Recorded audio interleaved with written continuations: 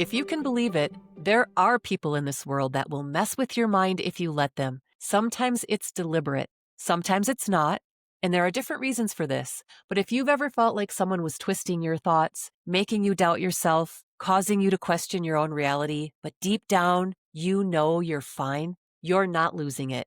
You are being manipulated. My name is Christen. I'm a holistic nurse, a trauma-informed healer, and a therapeutic hypnotist. And if you're beginning to wake up to the reality that someone in your world is manipulating you, I made this video just for you. Cognitive dissonance is that tension or that internal tug-of-war that you feel when what you know doesn't match up with what someone is doing or saying. It's when your own beliefs, your own values, and your own reality are in conflict with what's being presented. This is not when two things can be true at once, like I love you and I'm angry with you. It happens when only one thing can be true. The sky is either blue or it's green, and it's not both.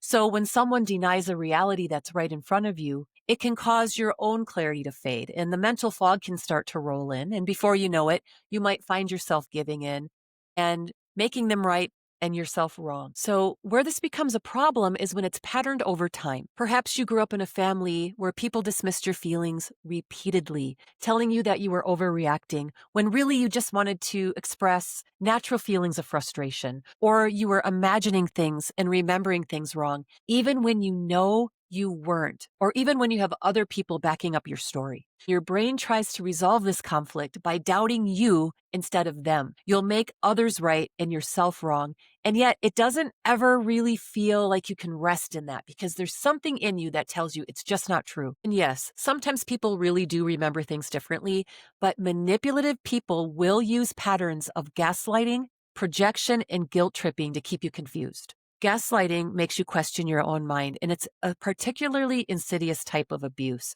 where someone will tell you something that is definitely not true when it really is, or that something didn't happen when it really did. And projection is when a person projects onto you their own internal blame or their own internal issues. They'll say, I didn't do it, you did it. I was calm, you were overreacting, when you know that you weren't. And how this works especially well on empathic people is that because you have compassion, you crave harmony and connection. You want to get along with people, you want to understand, and you'll give them the benefit of the doubt. But manipulators will use this empathy against you. It will keep you looping in patterns of self-doubt until you give in or you just stop to alleviate the tension. But one day you wake up, and sometimes it's like boom, just like that, and clarity hits. And you say, how did I not see this before? Where was I? Or how did I keep choosing against myself this entire time? It's that sudden aha moment where your brain starts to come back online. And it can be a little bit disorienting and a little bit uncomfortable at first. It's like stepping out of a fog, and sometimes a very thick fog, and you weren't even realizing how thick it got in there or how much you were breathing in it. And as you begin to wake up, there are ways that you can really begin to hold this new reality. The first thing that you want to do is name the manipulation for what it is. Just name it and see it for what it is. That person is lying. They're lying to me. They're a liar. And as you start to push back against that and you meet a lot of resistance or they double down on their behavior, that's your red flag. You're onto it. The second thing you want to do is detach emotionally. Pause, take a breath, and step back. Bring the emotional reactivity down. You want to go into a high noticing mode where you begin to observe them. And this is where your silence becomes a superpower, because not everyone is a manipulator. Not everyone is a narcissist, and you want to give yourself time to really notice patterns over time. The only person you have to prove this to is yourself, so you don't have to create more distress by calling another person out right away. The third thing you want to do is build your own inner authority. You want to trust your own perceptions and practice saying, I believe me first. This might take time, but over time, your clarity will solidify. And as you trust yourself more and more, you will start to feel more grounded, more connected to your body, and calmer in your nervous system. And as your brain starts to heal, you will notice these patterns everywhere.